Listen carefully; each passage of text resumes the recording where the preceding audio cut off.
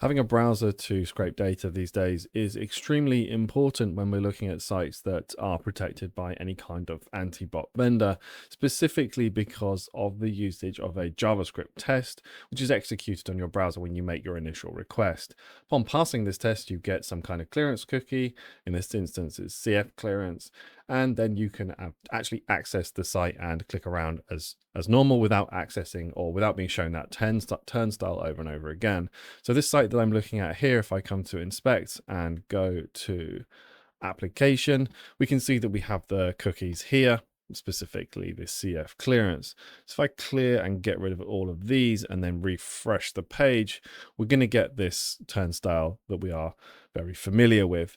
This is the JavaScript test running. It's checking our IP, our fingerprint, our browser, and it's encrypting it and then sending it off to an endpoint, which is going to give us that cookie back.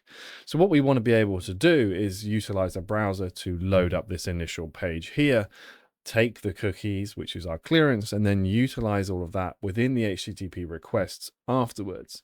The reason why we want to do that is because, when we start to scrape at scale, we don't want to have to mess around with lots of browser usage, and we want to save costs, and we want to be more efficient and quicker making these requests. And when you start to get further into it, things like browser profiles and sessions become much more important, and managing that therefore within becomes a bit easier. So what can we do then? Well, we can use some of the more popular browser automation libraries within Python, specifically like Playwright, or if you want to be more stealthy, things like NoDriver and CamoFox to get around the anti-bot protection, get those cookies that we can then utilize. But what I want to show you today is a relatively new one called Pydoll that I've just started checking out. I haven't got really far into this yet, but so far it looks pretty cool. And the specific information, the specific thing that I like the most in this so far is this browser context HTTP requests, which does everything that I just talked about all for you. So you don't need to worry about multiple, getting the right cookies, finding them, extracting them, making sure the formats are correct to load into your specific HTTP client. It's handled all basically for you, and talks about it down here. Now I put together a working example of this, which I'll show you in just a second, but there was a couple of other things that I thought was pretty interesting, which is kind of standard on the other ones, but possibly not as easy to do.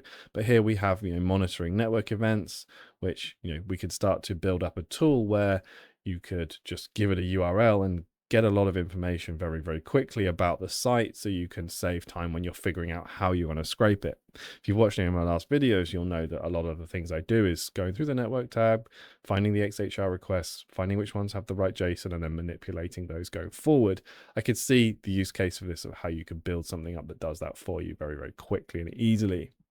Another thing to note is the cloudflare turnstile interaction.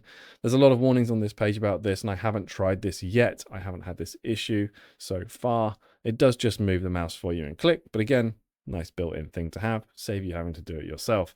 And it talks about browser fingerprinting and behavioral patterns and IP reputation, which is very, very, very important. That's sort of what I alluded to at the beginning. So let's go ahead and look at the code that I've got here.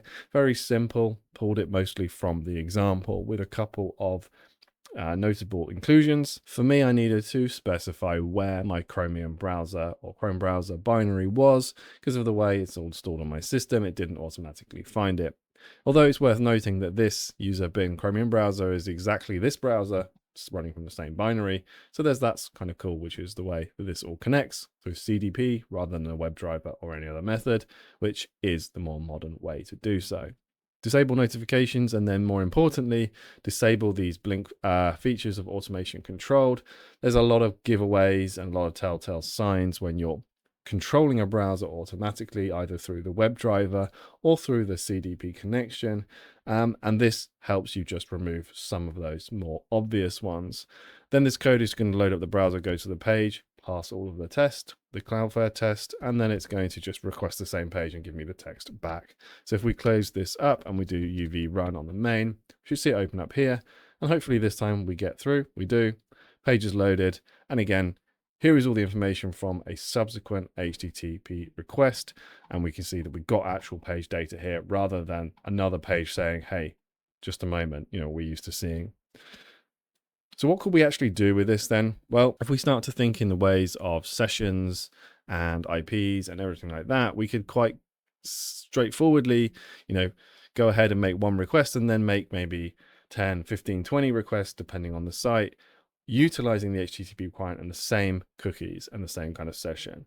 This is going to make your life much, much easier. And whilst this wasn't a new concept, this particular library Pydoll, I thought handled it very neatly, and it was really cool to see it being addressed as something that would be useful and wanted by us. So that's what I'm going to show you in this one. Let me know if you've tried this library, what you think of it. Are there obvious things that I'm missing? Really cool, really interested to hear your feedback. And yeah, thanks a lot for watching, and I'll see you again soon.